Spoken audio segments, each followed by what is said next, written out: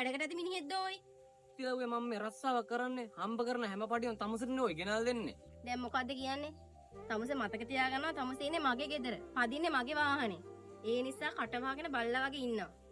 මොමුතට මම අද අල්ලි ගහ ගන්න එපා දෙන්නත් එක්කලා. මම ඔයත් එක්ක චුට්ටක් පස්සේ කතා කරන්න.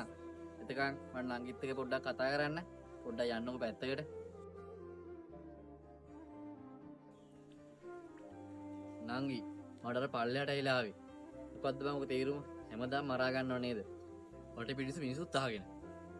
ඌ රස්තාවස් කරලා සල්ලි ගෙනත් දෙන්න එක ඇත්තයි. ඒත් ඌ ඉන්නේ මගේ ගෙදර. ඌ ඉන්නෝනේ මට ඕන විදිහට.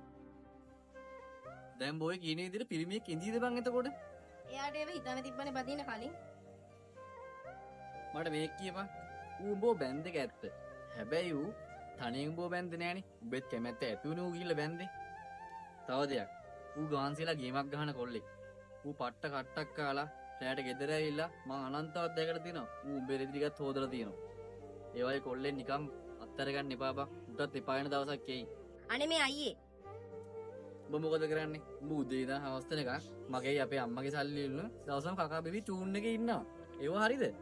එයා මං කියන විදිහට ඉඳියොත් එයාට ගේමක් ගහලා දෙන්න පුළුවන්. මේ දේවල් මගේනේ. ඔයා කොහොමත් මේවට අත දාන්නේ නෑනේ. ඔයා කියන කතාවෙත් පොඩි ඇත්තක් තියෙනවා. හැබැයි මේකත් හොඳට හිතලා බලන්න. ඔය කොල්ල ඔයාව කියන විදිහට ඉවසලා ඔයාගේ වැඩ ටිකත් ඔක්කොම රැයට ඇවිල්ලා කරලා දීලා ඔයාට සල්ලි දීලා ඔය වගේ කොල්ලෝ නෑ බං. ඔය අදමයි මම දැක්කේ අතක් හරි උස්සනවා. නිකමට මම මේ කියන්නේ. ඔයා ඔය කියන දේවල් ටික ඌට අහලා එපා වෙලා ඌ කවදද යන්න ගියොත් එහෙම උඹ නිකන් කණවැන්දුන් ගෑණියෙක් වෙනව නේද? මම නම් කියන්නේ චුට්ටක් ඉවසපන්. මුන් ඔය කොල්ලෝ යන්න නෑ බං. මං කියන දේ ගැන පොඩ්ඩක් හිතලා බලන්න. යන්න. දැන් ඉන්න සමාජ මිනිස්සු තියෙන හොඳ 1000ක් අතරින් එක වැරද්දක් හොයාගෙන ඒ මිනිහට චෝදනා කරනවා.